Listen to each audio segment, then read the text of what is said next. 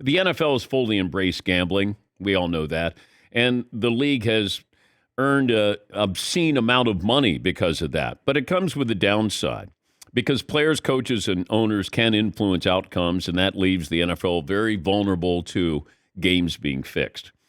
The NFL doesn't want to deal with that. That became clear yesterday as the NFL suspended Falcons wide receiver Calvin Ridley for the entire season.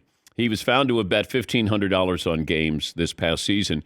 Now, he had taken a break from playing in the NFL on Halloween, and we don't know why. He said he had to kind of get his mental part of his life back in order here. Still don't know exactly what happened when he stepped away from the game. And the NFL is already dealing with the Dolphins owner, Stephen Ross, allegedly offering his head coach at the time, Brian Flores, $100,000 to lose games. Is the penalty too severe? We can talk about that with Calvin Ridley. The NFL needs to set a precedent. Too much money at stake. It's all about integrity. And with the Stephen Ross allegations floating around, this could become a trend here. The suspension is going to cost Ridley $11 million in lost salary. He may have bet $1,500, but he lost $11 million. The NFL has to feel that maybe that's fair. No matter what the bet is, you placed a bet. As for Stephen Ross, he could have an even more expensive offseason if he's proven to be guilty there. Now, Calvin Ridley was suspended. He had a multi-legged parlay bet. He had involving 3, 5, and 8 games that included the Falcons to win. And he did it on his mobile device, out of state. This according to Adam Schefter. And his name popped up. Now, he might have thought, I don't know, he's either naive, stupid, or just thought, hey, I can get away with this. But, you know, he put up $1,500, not a lot of money for somebody who has $11 million coming to them. And he did it so anybody could see it. Like if he was going to bet, you really wanted to bet, you'd use a bookie or you'd use your friend. He would, use his phone. The NFL has, they've hired people who look for red flags. If any name comes up, any reference to any name, then they're going to flag that. That's what happened with Calvin Ridley. Calvin Ridley didn't try to hide it, but the NFL is all about integrity with the gambling aspect of their sport. Because you can say it's only $1,500. Well, at what point do you say, well, it's not just $1,500? Like, what is the cutoff where you go, oh, boy, that's serious? Like $50,000? $100,000? When do you say, oh, my God? Is it based off how much you make? $1,500, he wasn't playing, didn't influence the games. Now, you could say, did he have information? I don't know. But this is what the NFL is worried about. And now you have an owner who allegedly offered his head coach $100,000 for every loss. I mean, that's an ongoing investigation. To me, that's where you lose your franchise. If Stephen Ross is guilty, he loses his franchise. Absolutely. Ridley's going to lose a season. As an owner, you're going to lose a franchise. But I know people looked at this, a lot of people on social media, and said, well, you're being too tough on Calvin Ridley. It's not, how much you bet, it's that you bet. And that's what makes the NFL nervous. Because do I think Calvin Ridley's the only player who's betting? No. Do I think he's the only one who did it publicly? Perhaps.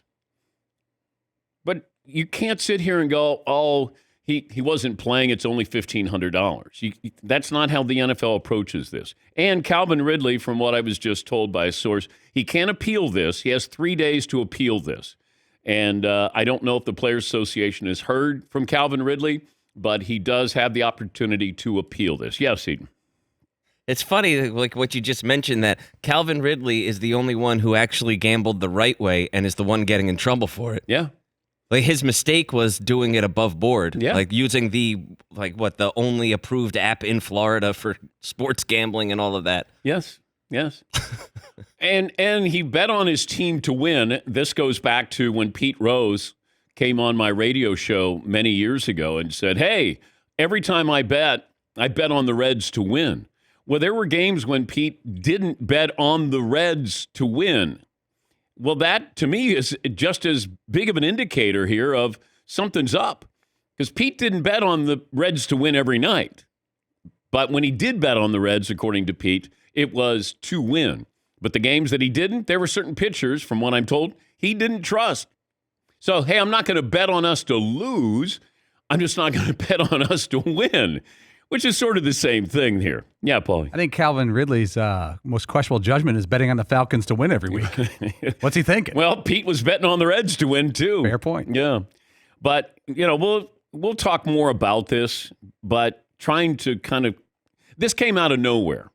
And it's really rare when an NFL story comes out of nowhere because there was no sources close to, I'm hearing, rumor has it, nothing.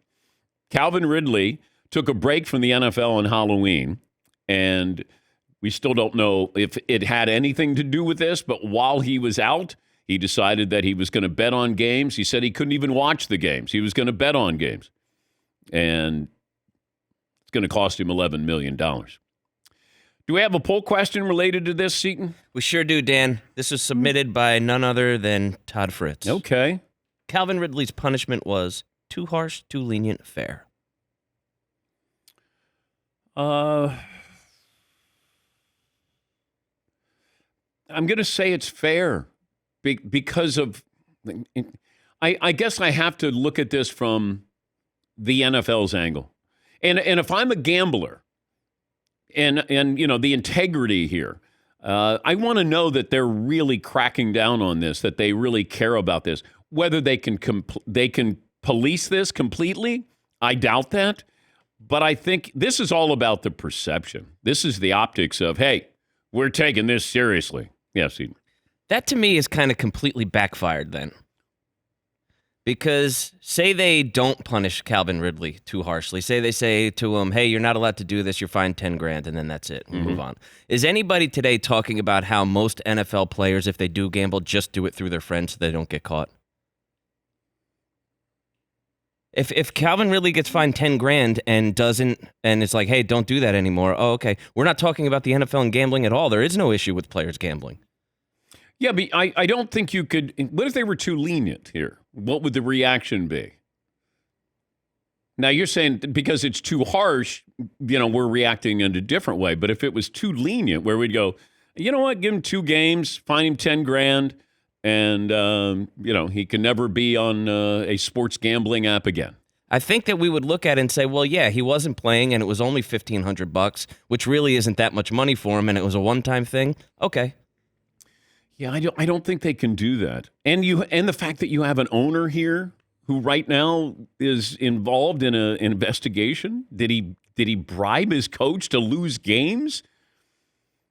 Like that to me obviously is far more serious because it's an owner doing that. You're throwing games here. I know it sounds too harsh, but I think given what the NFL there's billions and billions and billions of dollars here. And they're not going to go to the wall for Calvin Ridley here. Yes, but no one's going to go to the wall for Calvin Ridley. But basically, the reaction was, how could he be so stupid? Everybody knows to not do it in your own name. Yeah. Right? Yeah. Which really means that any NFL player who is gambling is doing it the right way. They have access to all the same information Calvin Ridley has access to that people are worried about the fairness of it. They have access to know which kicker is going to be out that day or who's doing what. Yeah. They're just doing it. Yeah. I mean, really, the message is don't be stupid. Don't get caught. But yes, does this go on? Yes. You go back to the 60s when Alex Karras and Paul Hornung were suspended. And these were star players. They got suspended. Well, it was different back then. You were going through a bookie. Now, everything's above board, but you can get somebody to do your dirty work for you. And I think that was the surprising part. Maybe Calvin Ridley was just, hey, I'm bored. I got the app. Why not have a little bit of fun here? It's $1,500. No big deal. I agree it's no big deal. The NFL doesn't look at it as no big deal because they can't. This is something that the NFL, it lands on their desk. Now they have to deal with it. They have to deal with Stephen Ross. They have to deal with Daniel Snyder. They have to deal with John Gruden. All of these things. And people are trying to put, hey, Adrian Peterson only got this. Or Ray Rice only got this. There's sports crimes and real crimes. And that's what we're staying with is the sports crimes. Ray Rice, Adrian Peterson, we can go down the list. Those are crimes. This is a sports crime. Unless he is throwing games, then that's a crime, not just a sports crime. Yeah, Paul. The NFL in 2018 updated their gambling policy. It's about 4 pages. But in the paragraph 7, it's violations. Violations of this policy detrimental to the league and will be subject to club or personnel punishment. Such disciplinary action may include, without limitation, severe penalties up to including fine, termination of employment, suspension, or banishment for the NFL for life. There is no sliding scale. There's no number that the NFL puts on any gambling violation. They keep it as vague as possible to give them as much leeway to punish or not punish as they see fit. It is the opposite, the complete opposite of baseball's punishment. And I go back to Rick Neuheisel, buddy of the show, summer of 2003. Washington and the NCAA learned that Neuheisel participated in March Madness pool. He first denied the accusation, later admitted to it. He actually won it, and he refused to resign. Washington fired him. The NCAA found Neuheisel violated NCAA rules against gambling but didn't sanction him because Washington issued an internal memo authorizing gambling in off-campus pools. So Neuheisel sued the NCAA and the University of Washington concerning the termination of his employment, and then he won $4.5 million, returned to take over the UCLA job 4 years later. Now, here's Neuheisel putting in $20, I think. He's making $3 million a year. He's probably not thinking anything. Like, this isn't a big deal. And then he won. And then the university found out about it. He denied. And then they said, if you don't resign, we're going to fire you. And then he sued the NCAA and the University of Washington and won $4.5 million. But, you know, sometimes the punishment doesn't fit the crime in our minds. But I have to look at this from the NFL's lens. And that is, we can't have anybody question anything to do with gambling. And this is a guy that you're not going.